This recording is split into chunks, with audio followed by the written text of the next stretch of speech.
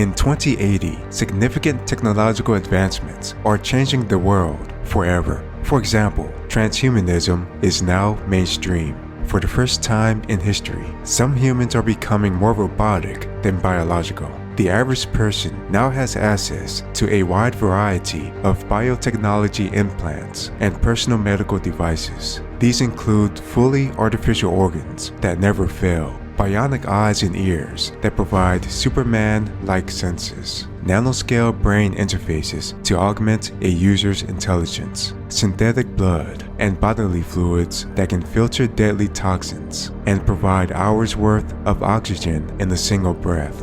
The most adventurous among us are volunteering to have their arms and legs amputated to gain prosthetic arms and legs that boost their strength and endurance by orders of magnitude. There's even artificial skin based on nanotechnology, which can be used to give the appearance of natural skin when applied to metallic limbs. If a fully upgraded person of the 2080s were to travel 100 years in the past, they would be superior to everyone else in almost every way imaginable. They could run faster and for longer distances than the greatest athletes of that time. They could survive multiple gunshot wounds. They could cope with some of the most hostile environments on Earth without too much trouble. And they would be considered geniuses because of nanobots and brain-computer interfaces merged directly with their brains. Even developing countries have access to some of these available upgrades due to exponential decreases in price. Number 2. Advanced nanotech clothing is becoming mainstream. In 2080, complete wardrobes are no longer necessary. One nanotech suit performs the function of many and can transform into an endless variety of styles and shapes. Even though they're mostly restricted to specialized personnel, military special forces, and government elites, a number of nanotech suits are finding their way to the mainstream public. Today, a high-end home closet may consist of a thin compartment built into a wall or floor. This compartment would contain nanobots and molecular building materials. A user can stand on or touch this compartment and issue instructions on what to create using voice commands or thoughts. Each nanobot is then programmed with the final clothing design and set into motion. Nanobots then take shape around a person's body into a wearable suit. This whole process is completed in a matter of seconds. Depending on the outfit's function, it could contain carbon nanotubes, programmable matter, metamaterials, claytronics, or any number of other useful materials. When it comes to functionality, they can become harder than steel to stop a knife or bullet. They can become cushion-like in the event of accidents or falls. They can protect firefighters and other rescue workers from hazards such as fire or radiation. They can instantly adjust themselves into useful shapes during emergencies. If a person is injured, the fabric can administer life-saving drugs and medical nanobots or contract to seal a wound. In space, they can protect people from micrometeorites, cosmic rays, sudden changes in air pressure, and other hazards. They can float if a person is drowning, and medical devices included in these outfits can monitor for disease of all types, such as cancer and infection, and alert a user before any damage occurs. The power needed for these various functions is supplied by nanowires embedded throughout the clothing material that capture solar energy and generate electricity from footsteps. Number 3. Most of the solar system is being explored. Space elevators and space hotels are affordable for most people in the middle class bracket, but for people in the upper brackets, trips around the moon are now available. For the more adventurous types, expensive guided excursions on the lunar surface are now available as well. Among the most popular tour destinations are the Apollo landing sites, which have been surrounded by perimeter fencing. Mars now has multiple permanent bases on its surface. By 2080, the population, infrastructure, and self-sufficiency elements have all grown to such an extent that Mars will soon be ready to declare independence. There's a steady influx of regular civilians that are eager to leave Earth and begin a new life on the Red Planet. Furthermore, asteroid mining is still a growing industry, and it's one of the main reasons why there are more than 10 trillionaires in the world.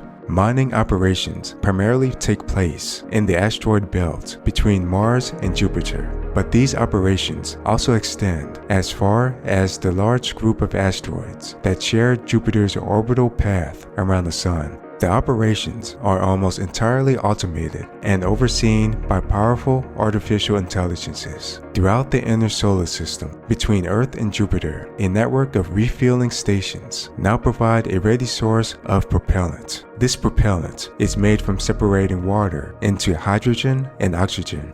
With much of the inner solar system now home to a thriving economy, attention has been turned to the untapped potential of the gas giants. For government and commercial interest, the most promising candidate by far is Saturn's largest moon, Titan. Since antimatter-powered spacecraft only takes 5 months to travel to Saturn, its largest moon, Titan, already has its first human settlements. Currently, the population of Titan is restricted to scientists and other government and corporate personnel. But like the Moon and Mars, it will eventually grow to include regular civilians who are willing to start a new life that is hundreds of millions of miles away from Earth.